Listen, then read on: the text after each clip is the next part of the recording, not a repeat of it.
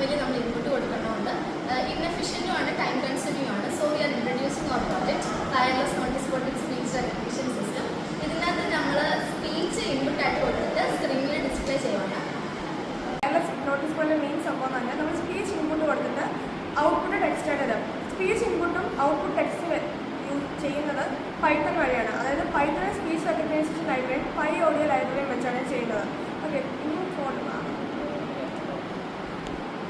ഇത് അർഡീനോ കോഡാണ്.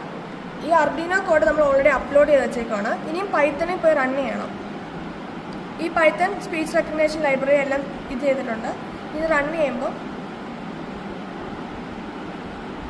ഹലോ, ഇത് ഓൾറെഡി ഇവിടെ പ്രിൻ്റായി. ഇത് ഓരോന്ന് പറയുമ്പോൾ വരും. Good afternoon,